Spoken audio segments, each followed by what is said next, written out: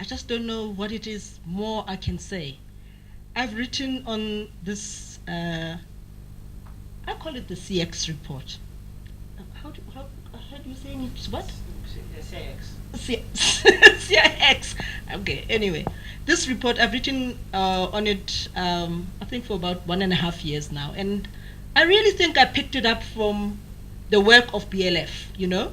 I was shocked that we had this amount of money, just 26 billion from that report, which could have been asked for, you know, which could have just been asked for. And at one point, the Mbeki Mandela regime, whichever one of them, had actually thought they would do it, but then thought, no, you know, it doesn't really matter. And I love the way in which once this report, you know, people wrote about this report years ago. And it was, you know, it was respected report. Nobody took it as nobody vilified the researchers. It was all okay. It is just recently that now this report has come out, the preliminary report of the public protector, that the narrative is really interesting to see how commercial media are turning that story, and it goes back to that whole issue that Andile was talking about, how they have now decided, you know, to confuse us. We no longer know. I mean, 1 minute you hear one newspaper saying APSA didn't benefit. The next thing you hear, APSA didn't really get the money. The next thing you hear, well, actually, APSA paid some parts of the money. Like, what the heck? Did they get the money? Have they paid it back? And then you hear Thabo Mbeki saying, no, actually, we knew the money was stolen, but we didn't ask for it. And so all of a sudden we have this complete confusion. But I just loved the fact that even Rupert, sitting somewhere in Europe, had to come into the debate and say, you know, CX is a work of fiction. Now, there's he calls himself forensic expert, you know, and he's been chasing, in that report is, the Michael Oakley, who is the owner of this company that did the research, speaks, you know, in passing about the bonds, something about the bonds. Now this Jeff Khoabane has been chasing the bonds, and apparently this is a huge amount of money that came in. It was an inheritance for the Surti family. And the inheritance came at the time when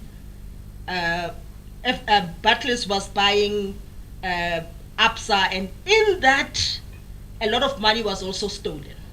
There was money apparently which was inheritance that was then taken, stored, and then it just disappeared. And then it was given back to APSA. Now he's been writing letters. He's hurtful. He wants the money. He's got all the details. He's got, you know, he's traced this for years. And you know, when you listen to, and he got very angry when Rupert came in and said, this is a work of fiction. And he actually gave him some details. And he has challenged Crystals, all these people, to say, let's have a public debate about this. Come on over, because I will expose you, all of you. He has so much information. And half the time I'm too afraid to publish it, because, you know, 5 years ago, I tried to be smart, I tried to investigate AfriForum. And literally, They took me out of the system. They called for their loan. They literally shut me down. For 5 years, I was shut out. No newspaper wanted to work with me thereafter. It was within 6 months of me investigating AfriForum funders. I lost a house, I lost a business, I even lost a husband. That's how bad things are. A man who had loved me for many years that, short left, I'm not getting involved in this. So that is how ruthless these people are. When I was eventually managed to get out of that cycle, and I spoke to Muhsin Williams, the editor of the New Age, he told me, "You crazy. That is the Afrikaner mafia. That's what you were trying to do." And when Stephen tells us this, that is the enemy. The bankers are the enemy. And at the time when all this happened around me, I couldn't understand what it is. Who, because I was investigating two things, BP, the oil retail company, and AfriForum. And those are two powerful bodies. So I didn't quite know who it was until recently I got to know that Business Partners, the bank that I had a loan, and which had unilaterally just canceled it overnight and said, we want it, we want our money. And this is how banks keep us, by the short hairs, literally. When you break the rules, when you don't toe the line, they can take you out. They'll just come to you and say, you see that house that you're living in that you think is your house, it's actually ours.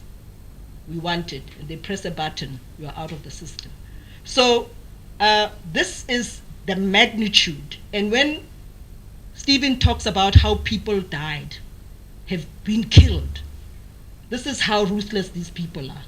And that's what the terrain that Black Land First is getting itself into. I mean, this is serious stuff.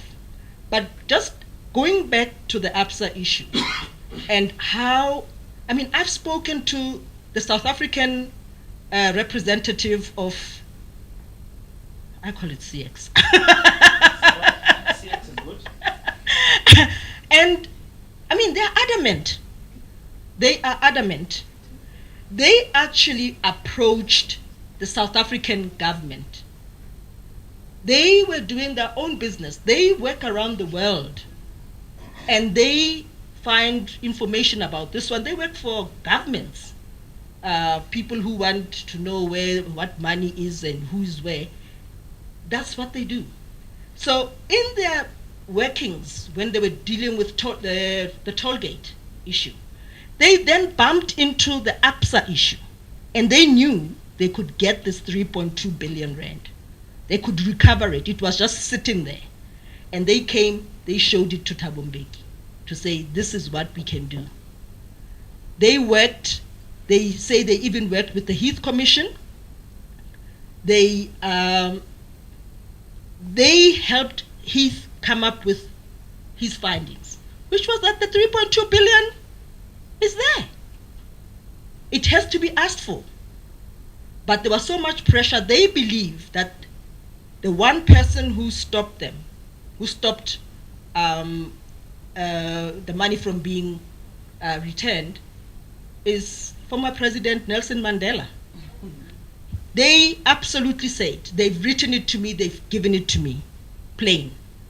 Thabo Mbeki wanted the money back. Trevor Manuel wanted the money back. Mandela was afraid that the banking system would crash. And they tell me that ABSA had already, Stephen just confirmed it, ABSA had geared itself for paying it back. ABSA was going to pay it back in 4 installments, yearly installments over 4 years. And they did those calculations so that they would not crash the system and crash their own business. They say because they work internationally, it's an international network. They call themselves an international consortium. They then went to Barclays Bank when Barclays was buying ABSA to say, listen, do you realize there's this risk of 3.2 billion? And Barclays only laughed at them. It could only have laughed because they had the money to pay it back, or they knew nothing was ever going to happen. So it's one of those two. They were already assured that, don't worry. So the money is there. And what we are now hearing, the narrative of the media that Andile talks about, how they can change the truth, is how suddenly Michael Oatley, the owner of this company, is a British spy. And this was planted by Tito Mboweni on Twitter.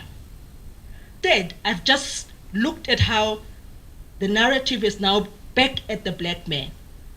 Who is actually to blame for this? It's Thabo Mbeki, it's the ANC, and maybe even Zuma, the corrupt one, you know? I mean, and those of us who've been writing about this for almost 2 years have suddenly, and somehow, this 3.2 billion and our demand for it has something to do with the Guptas.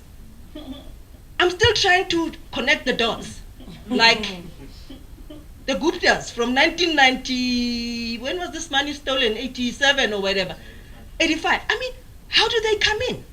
But there's just this momentum, that the power of the media and how they've just come up and they are saying, this has something to do with the Guptas.